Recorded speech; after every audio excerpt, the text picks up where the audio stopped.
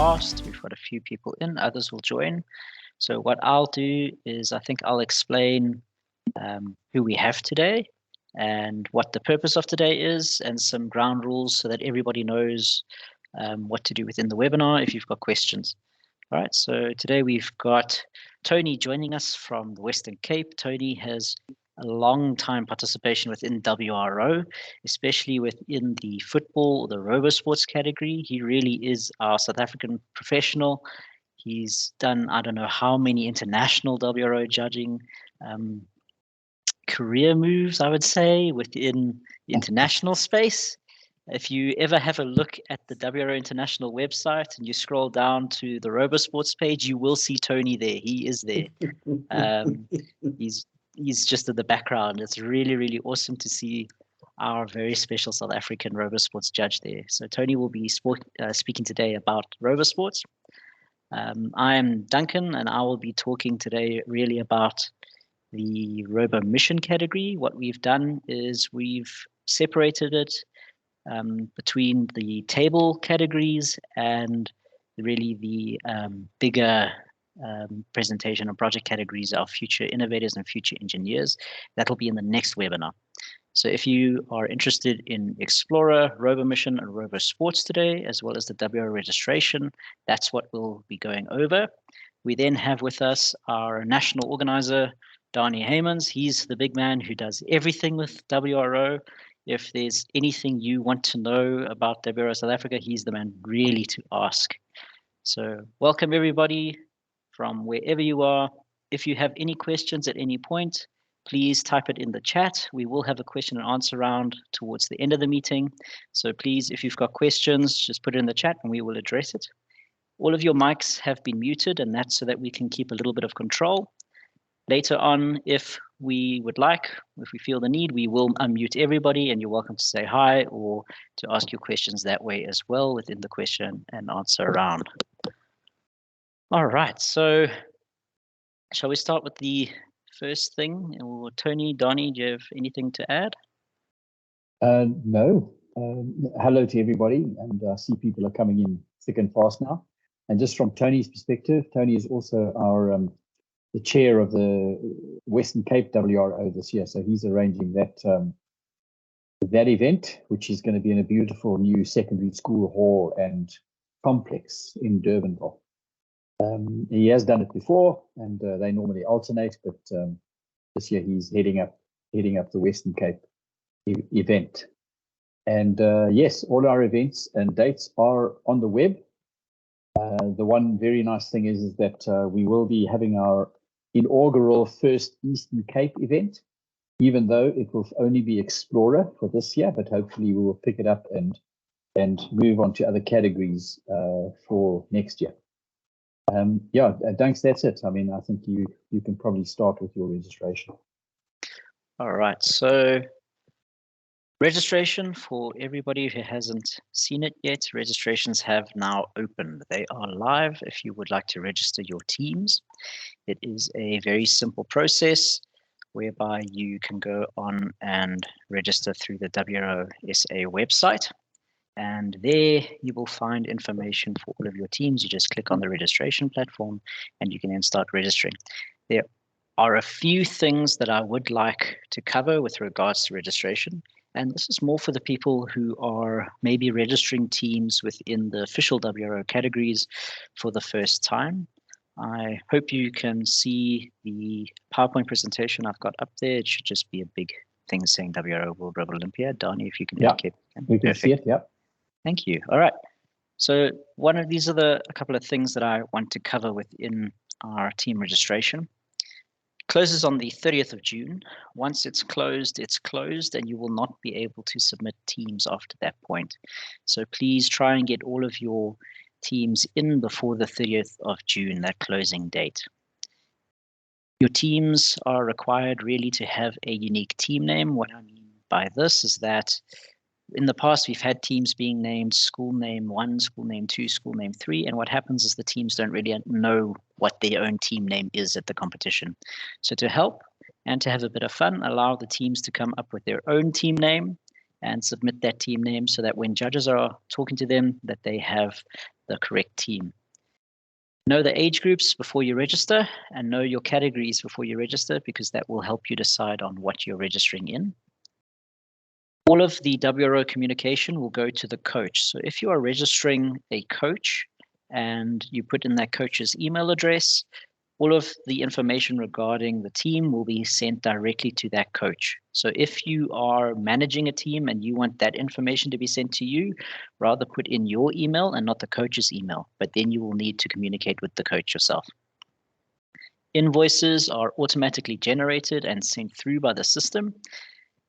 If you do not receive it, please check your spam folder before emailing wro@handsontech.co.za.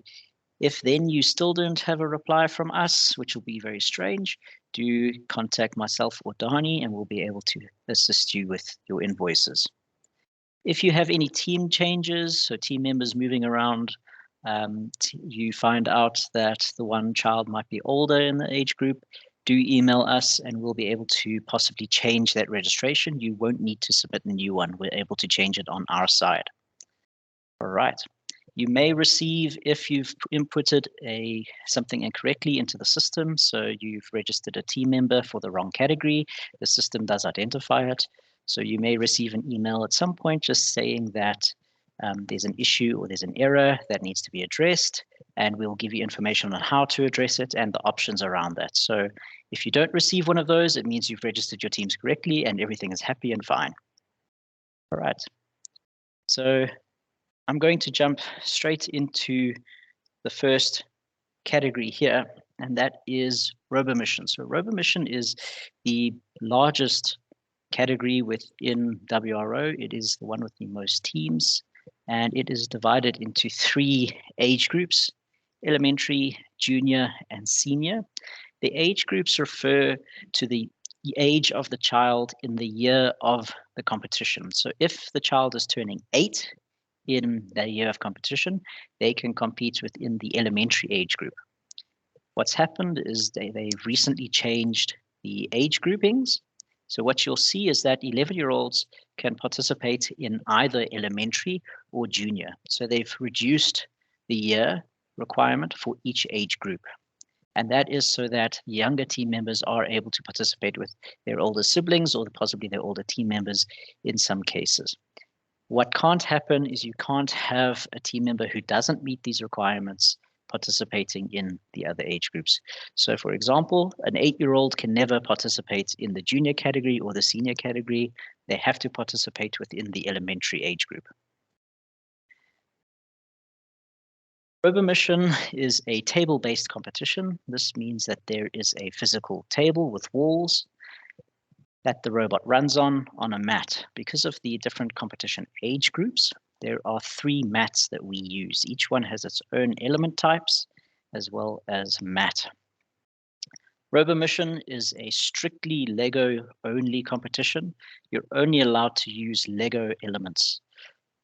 Fake Lego elements are not Lego elements. They must have the Lego brand on. This includes any rubber bands that you have. You have to use the very specific Lego rubber bands. It's open to any programming language. So you can use anything you like, from the basic Lego software to Python, C++, Sharp, whatever you like. It's all up to you and your team. However, make sure that you can put it onto the robot without using a Wi-Fi or internet connection, because there won't be one within the building at any of the provincials or national event or the international for that matter. So please, if you are using something that requires an internet connection, possibly look at alternatives for it. Otherwise, notify us and we can come up with solutions, or to possibly notify the judges on the table that this is what's happening for some teams. We have no other option. Robo Mission, it is a single robot that's allowed to be used. You're not allowed to bring 2 robots to the competition and run them alternating. It has to be one robot, one brain. You may bring extra parts, but these need to be shown to judges and submitted later. Teams arrive with a pre-built robot and program. So this means you do not need to take your robots apart and rebuild it. You can come with your robot as you have been practicing with it, put it on the competition table, test it and see how you do. You don't have to rebuild your robots. Rebuilding a robot was a previous requirement by WRO. They've done away with that, and it has made a big difference in the scores that the teams are now getting. To win Robo Mission, or how the winners are determined within the Robo Mission category, it's by the highest score in under 2 minutes. So the highest score in under 2 minutes, that means the highest score in the fastest amount of time. Each provincial competition could have medals. You could receive a medal at a provincial, but still not qualify for the national competition. You need to, or you're competing against all the other teams in the country within the Robo Mission category, and we will take the top teams, determining on the number that we have available at the national competition, and invite them through to the national.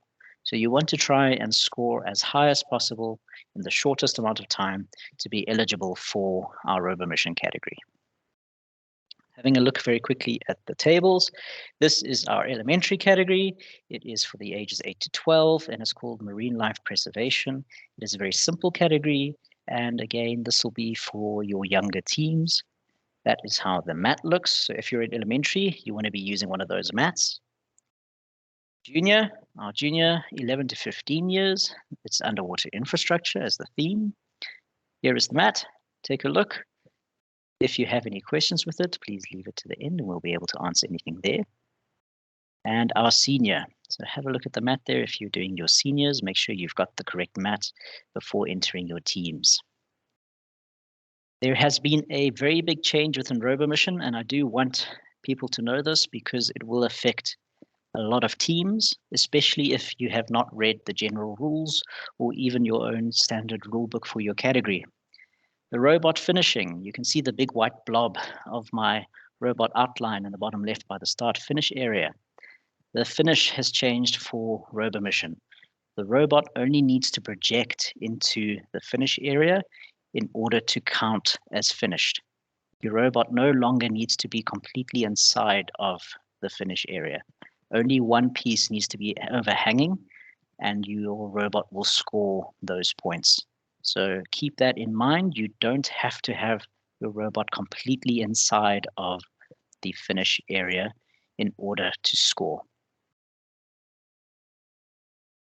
So within Robo Mission, what I have is just some competition process. So how it works at your competitions, we have a round 1, where there's a practice round, a quarantine round, and a first scoring round. Within that scoring round, the judges will randomize the tables. That means that the elements you've been practicing with will be in different positions.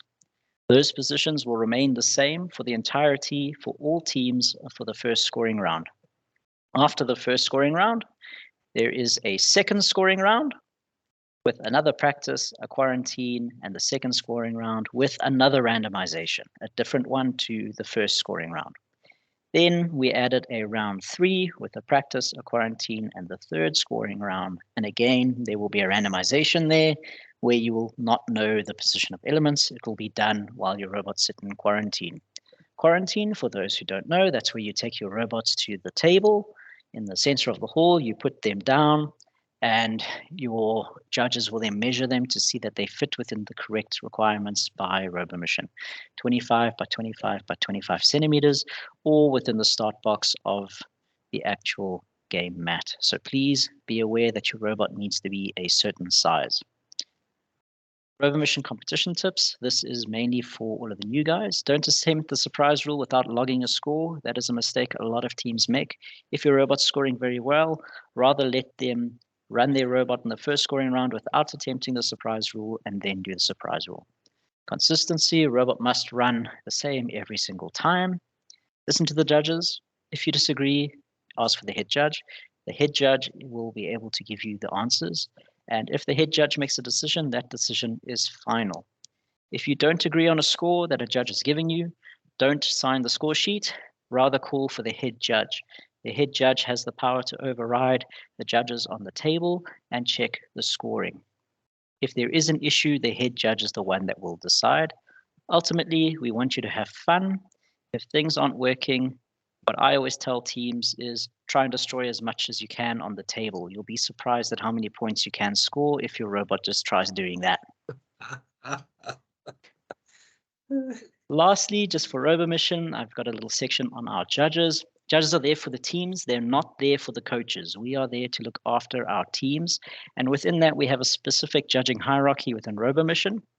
We have table judges. These are judges that only work on the tables. They work directly with the teams and team members. They don't talk to the general public, and they've been told not to talk to coaches. If you're a coach and you have any communication that you want to make with your teams or the judges, you'll speak to the head judge. They're the main communication link between the coaches and judges. And there are different types of head judges. We've got the age group head judges. These are the people who know the rules backwards for the different age groups. They're the main link between the coaches and the teams. The head judge, this is the person in charge of everything. They're the ones who run around trying to sort out a whole bunch of issues that arrive every single day. And they do quite a bit of work there.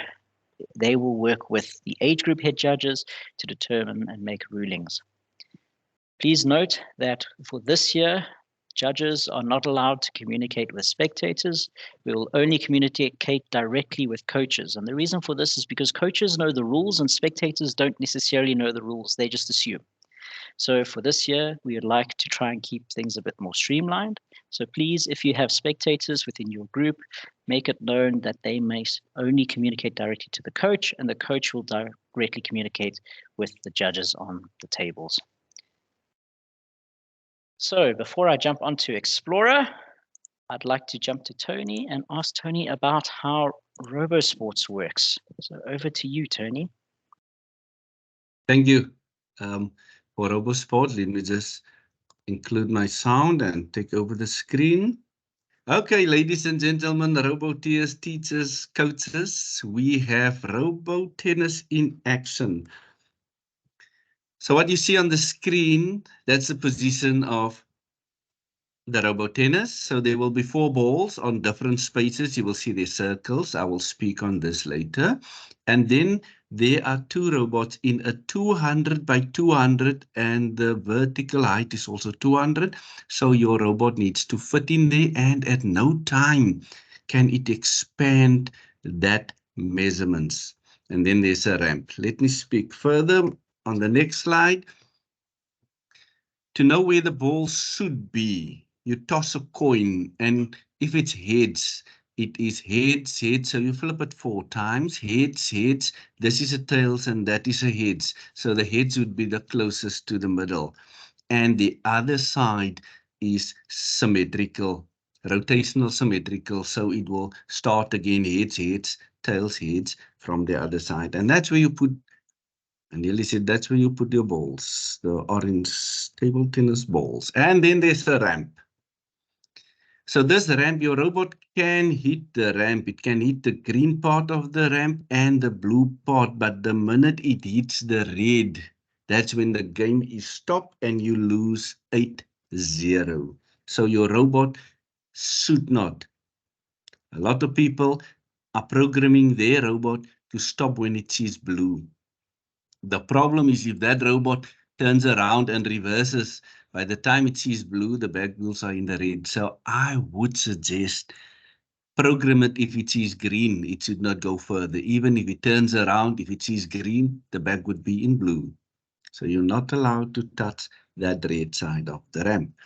And this is a new rule.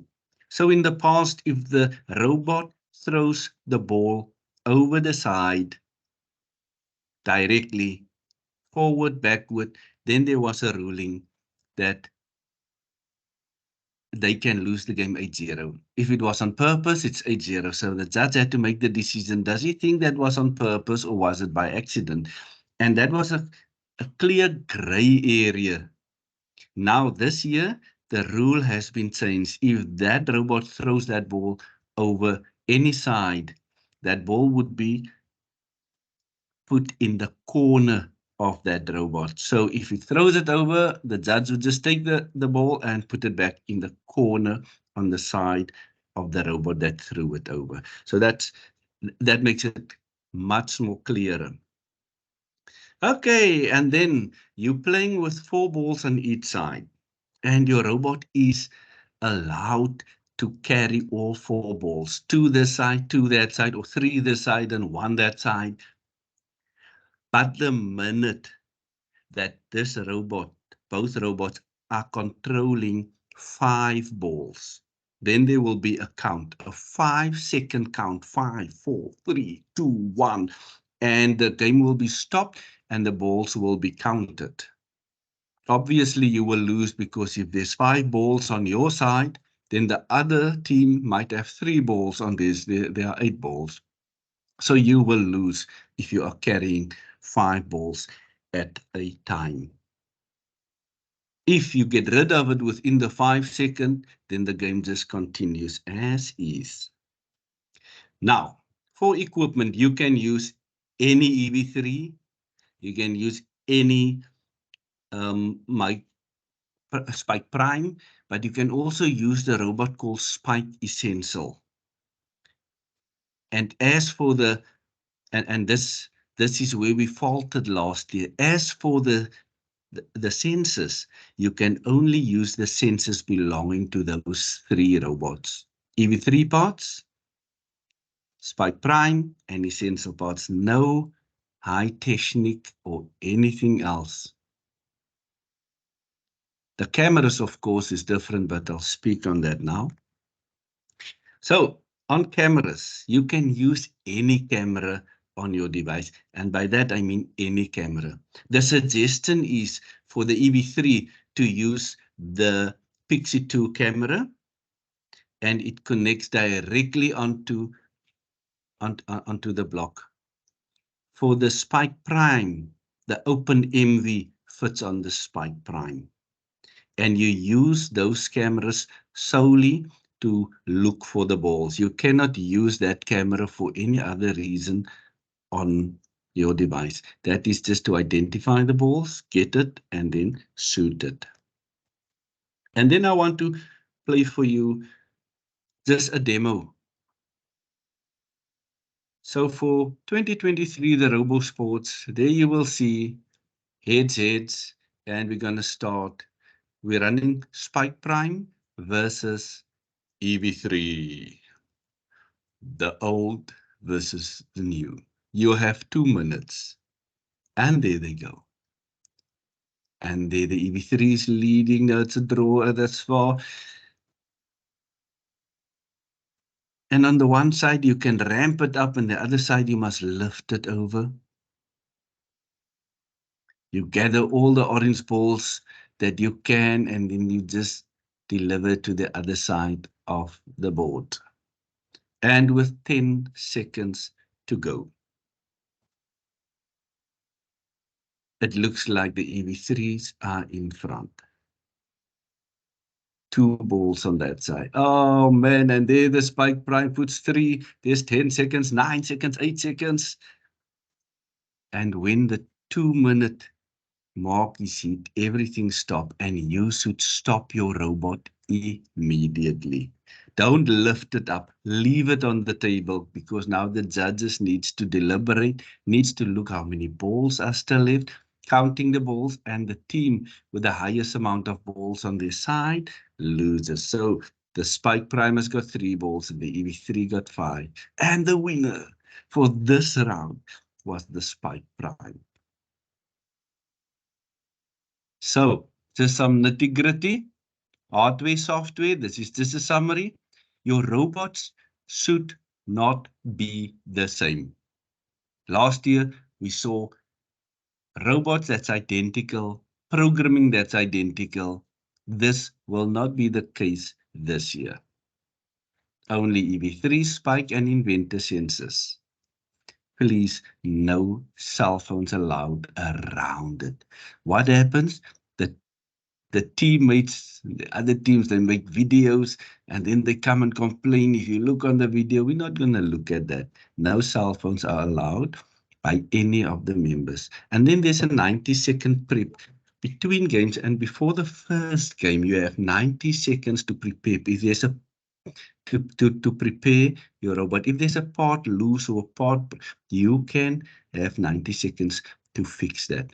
If you're not ready within the 90 seconds, you lose that first match. A game is 3 matches. If your robot, if when the judge say, on your marks, get set, go, and your robot does not move for 10 seconds, then that robot is taken off the board. If that robot is out of play, if both the robots does not move, you lose the match. And then I said the ball out of play needs to be returned to the corner. But if that ball bounces in the opposite side and it goes over the side, that's not your mistake. That ball is just put in the judge's pocket. Then they play with 7 balls because you hit it in the right direction and it fell in the right side. And then it might hit a robot and just go over or whatever. If they end up with the same score, every time there's a violation, the judge will mark that down. So if there's the same score, we first look at violations and then the amount of balls scored. And if all of that is the same, then we play an additional match. Now, the sides of this board, the board is similar to the Robo Mission board. The only difference is the sides are higher. And this might not be for provincial or for national, but in the international, the sides will be 100 millimeter and higher. And the reason for that is it makes the gameplay so much better because the balls does not bounce over the 10 centimeter height, or might not. So in a nutshell, that is Robo Sports for you. You can ask the questions later. Thanks, Tony. I definitely learnt a lot more than what I thought I knew about Robo Sports there. You really helped me understand how that all works and the similarities between Robo Mission and Robo Sports. There are some, but it's really, really many of you are looking at participating in Robo Sports for the first time. It looks like a lot of fun. It is a lot of fun on the competition days, and I really enjoy seeing that category at the competition. I would love more South African teams to get involved, please. All right, so now, Dani, I think I'd like to jump to Explorer. If you're okay, I'll explain the Explorer category. Thanks, Dax. All right, so let's just bring up this over here again. And here we go. So Explorer competition, for those who don't know, is a South African created competition and is now being used in different countries around the world in different ways. And the idea behind it is we started it quite a few years ago. I think it was 2016 was the very first one. And the idea is that it's designed for teams who are new to robotics or new to the WRO and have never participated before. The reason for it is because we found that teams entering Robo Mission or other categories for the first time found it quite difficult to compete. And a lot of teams almost had their confidence really battered and destroyed because they were up against teams with quite a lot of experience above them. So we brought in Explorer as a way for these teams to participate for the first time, to see what it's like at a WRO competition and to prepare them for their journey within WRO. The scoring is different to all of the categories, and how it works is teams notify a judge when they would like to be scored. They can notify a judge at any time within the competition, and the judge will score them using the full layout of the table. The tables have very specific rules and the elements don't move around. There's no randomization within Explorer. There may be a surprise rule, but there is no randomization. So you know where the elements are. And the idea with Explorer is to test that you know the basics. Unlike Robo Mission, which is the table category, you arrive with a pre-built robot, but you don't arrive with a pre-built program. You have to reprogram your robot on the day of the competition. So you have to put in a new program from scratch. How the scoring works is the team that scores the most points in the quickest amount of time will be invited through to the national competition. How that works is judges will write down the time the score was taken. We know how long the competitions run for, and we can then calculate which team scored in the quickest amount of time. Within Explorer, each team will receive a certificate based on the score that they have achieved, their maximum score. Diamond is for a team that has scored full points, so every single thing on the table, excluding a possible surprise rule. Gold is for teams that score not the full, a little bit lower, silver for the middle area, and bronze for the middle area, or the lower area. There will be participation certificates as well, but what we'd like to try and see is as many teams as possible scoring silver and gold. It is really easy to get into silver. Just have a look at the rules and try and work out the quickest way to score points and the easiest points, and you'll be well within silver. There are 2 types of Explorer competition, and there we've got 2 age groups. We've got the light category, which is for 8 to 12 years, and the prime category, 11 to 16. There is no senior category within Explorer, and it is something we can look at for possible future reference. But for now, we are only looking at really the elementary category and the junior category or junior age groups. So please remember, if you're entering Explorer, you're entering either a light or a prime category. Within Explorer as well, it is a very fun and interesting competition. Again, the emphasis is on learning.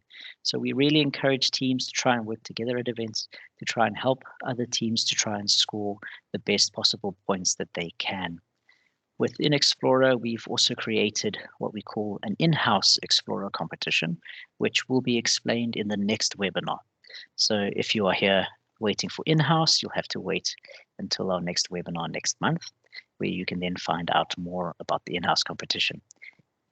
If you are new to robotics, if you've got teams that are really battling or brand new, Explorer is really your first step within your WRO journey. After that, you have to move into another category. So you have to go up into a category because we want to keep this category for new learners and people who are new to WRO. If you're a new coach, this is the category for you, and you are welcome to participate in it and ask as many questions as you like around our Explorer category. With that, I think I have covered everything I would like. It is, one thing is that it uses the elementary Robo Mission mat. So you use the same game mat as elementary. The elements are just different, and you will require the element boxes in order to build them. Okay, so I see we've got a couple of questions now in the chat. Donnie, if I've missed anything about Explorer, please do let me know. But now I think I'd like to jump into questions that I see we've got there. Happy to Before go you go, ahead. Dunks, Yeah. Yeah, just from Explorer perspective, first of all, is that light and prime use the same mat and the same elements. But basically the difference between the 2 competitions, because it is 2 different age groups, is that the scoring in the light is that scores can be given or allocated if elements are partially in or partially out, depending on the rubric. Secondly, is that in the prime, which is the older age group, we use the same rubric and the same scoring, but it makes it more technical because you only score points if the elements are completely in or completely out. So that's something to consider. And then there may be a slight change or 2 on competition day, but again, this is, as Duncan said, this is fun and to build your confidence, so it should be easy scoring. Just relating to Explorer, I see there is a question which I'm going to answer, which is, do Explorer and Robo Mission take place on the same day? In our larger competitions, which is Gauteng, Pretoria, and Johannesburg, and Western Cape, because there are so many entries, generally Explorer happens on the Friday before the event, before the WRO proper event. And the reason we do that is because the setup is already there. And then we can deal with those numbers. And then the Friday event for Explorer runs in the afternoon, so that teams do have time to get from school to the various competitions. In our smaller provinces, for example, KwaZulu-Natal and the Northern Cape, the Explorer and Robo Mission happen on the same day in different sections of the venue. Dunks, the one question which I had for you And again, it sort of surprised me, and I mean, I might have read it, but as far as the programming language is concerned for Mission, is that through all age groups now that you can use there's no restriction? Yes, all age groups, you can use any programming language you like. Yeah, so that's been a very big change over the past, I think, changed 3 years ago. You can now do that. Lego Elements is still the main one. Yeah.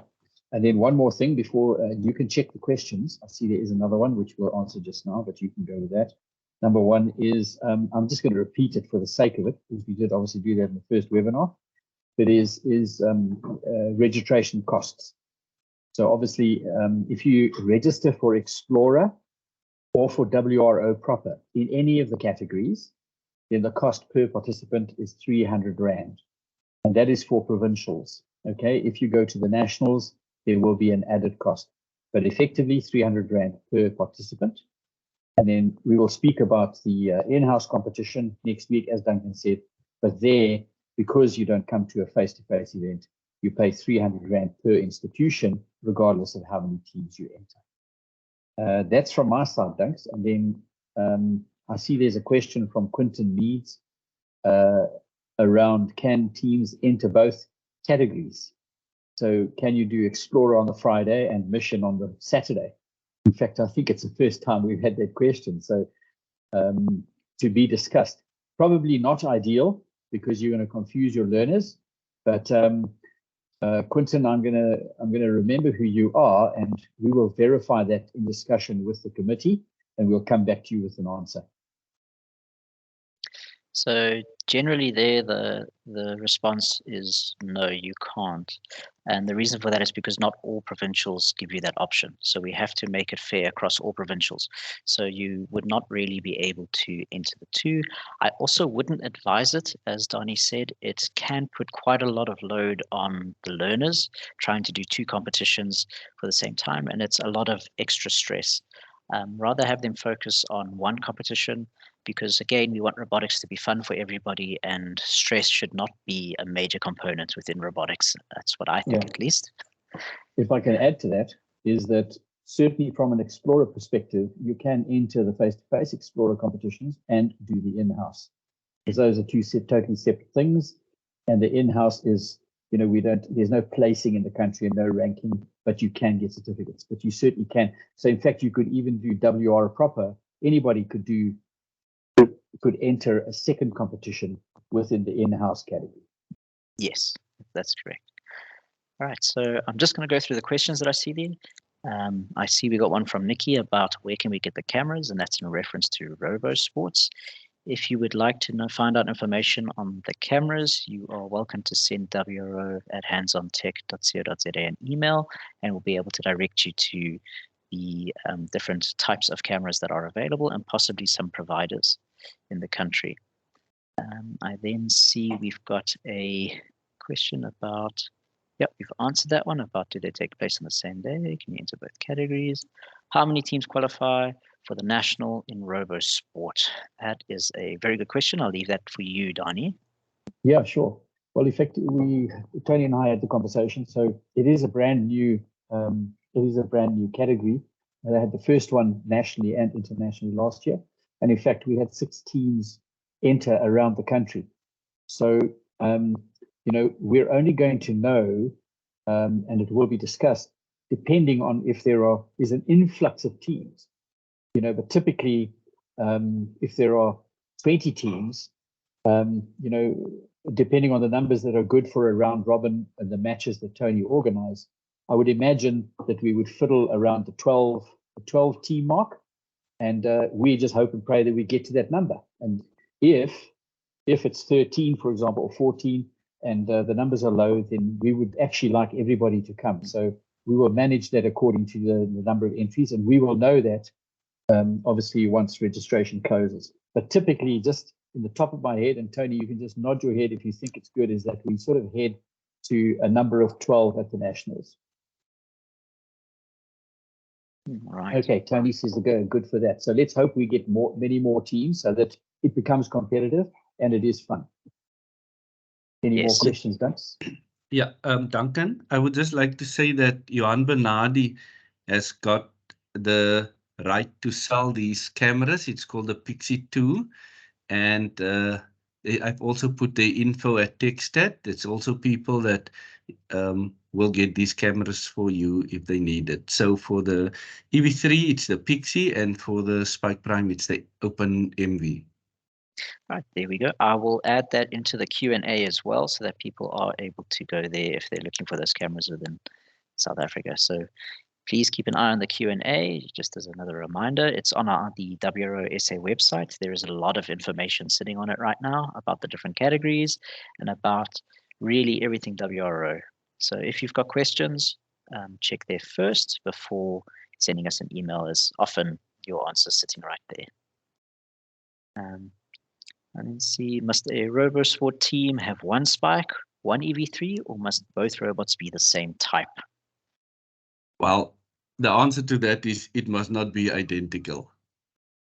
There we go. So there's the answer. It mustn't be identical. I don't think it gives a specific clarification as to what robot type you have to use within the rules. So as long as it is not the same, Yes, Duncan. in a way.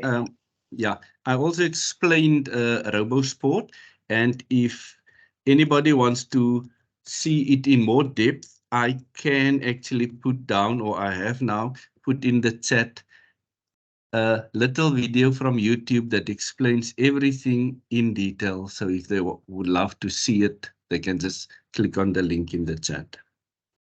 Perfect. Thank you, Tony. We will also add those videos onto the Facebook page. Yes. I've started, and I will put every single category, that particular video, the brand that you use there. I know who they are, Tesla, and we will put those in there because they actually do quite a good job of it, and it's a good start to understanding it. Thanks. It is. Within Robo Mission, just so that everybody knows, robots are, again, not allowed to be identical. So you can't have a robot that's a direct copy from the internet. You're not allowed a robot that is a direct copy from another robot at the competition. So if you're in a school group and your school arrives with 3 robots that are the same, there is the possibility of disqualification or penalization within the Robo Mission category. So try and have your teams build their own unique robots, please. I see we've got a question there of, may NXT robots still be used? NXT, as far as Robo Mission goes, is still allowed within the Robo Mission category. So you may still use NXT within Robo Mission. Robo Sports, I am not sure. Tony? I was thinking that while I was speaking, and I'm sure they can still use the NXT. The disadvantage is there's one input less, but if they're willing to play with that, then they can. There we go. NXT is still allowed to be used within WRO. Yeah, definitely. I'd like to add that. So they're not obsolete yet. And then certainly the other possible complication with NXT is whether the cameras are compatible, which nobody has tested yet. So maybe Tony playfully, because I'm sure he's got an NXT under his pillow, can test that. I will do that, Dani, but I would also just like to say to the viewers that one of the teams that came into the semifinals at Dortmund did not use a camera. So that robot was just moving and gathering balls in a circle, and every time it comes to the front, hits that ball. So, and there I saw that you don't need a camera, but yeah, it's convenient if you have the camera.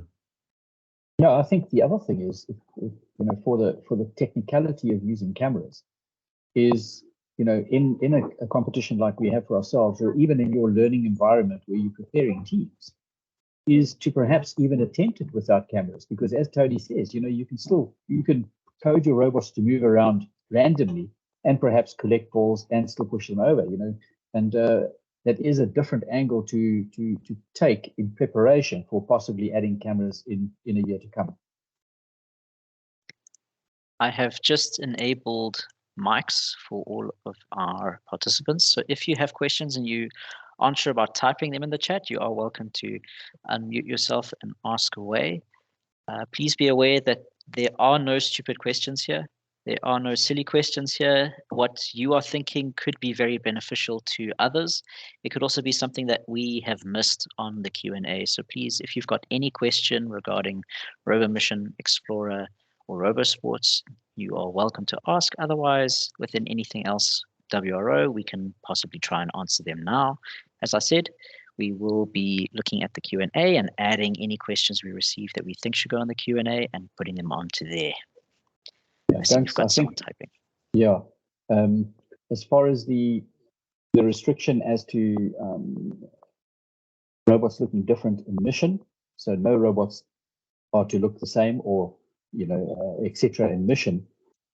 From an Explorer perspective, just to clarify, with an Explorer, we want you can use similar looking robots and pre-built robots because they are the base robots in any of the platforms that there are. So there's no restriction as to, how they look. In fact, you're welcome to add to them, make them look interesting.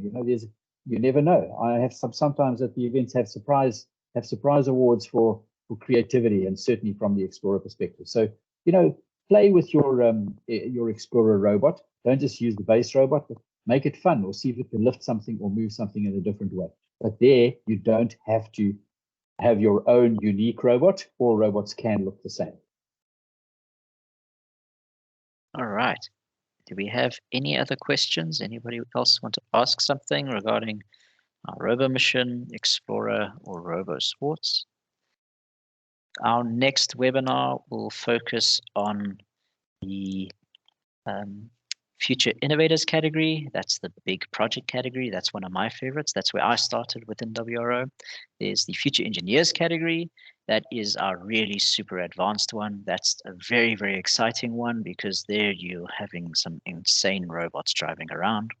We also have the in-house challenge. This is where we'll explain how the in-house works, both the in-house rover and in-house explorer, and again, just general questions from the webinar participants. So there you are welcome to ask anything relating to WRO.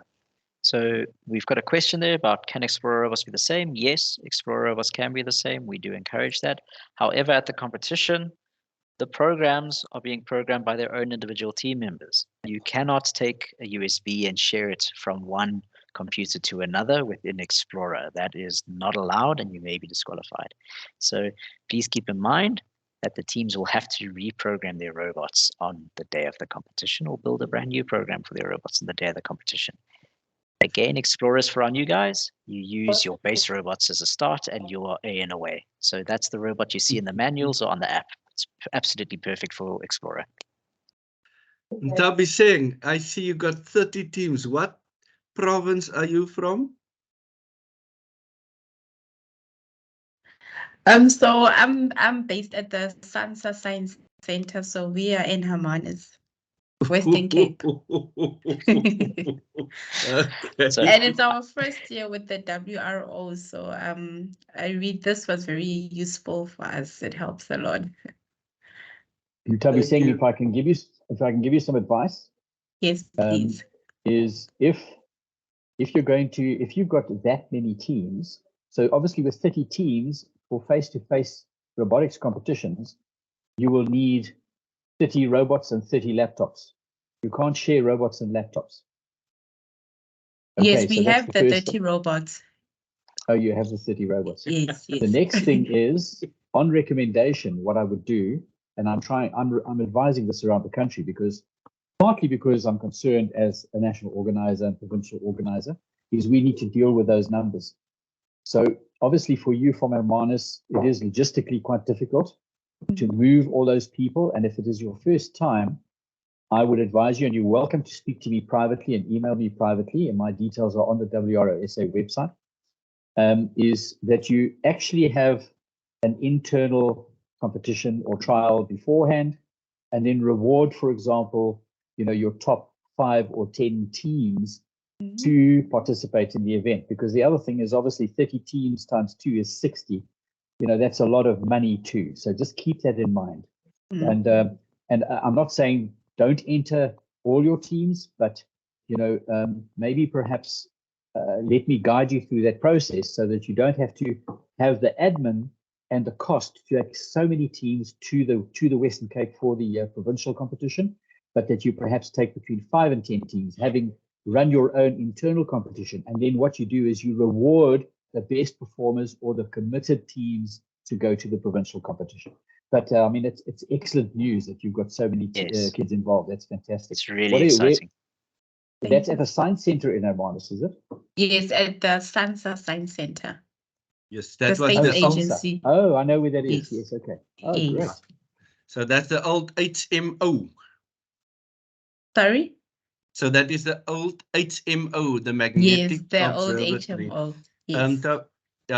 I also want to agree with Dani there, and Dani just acknowledge then all of them can take part in the in-house and get the same certificate.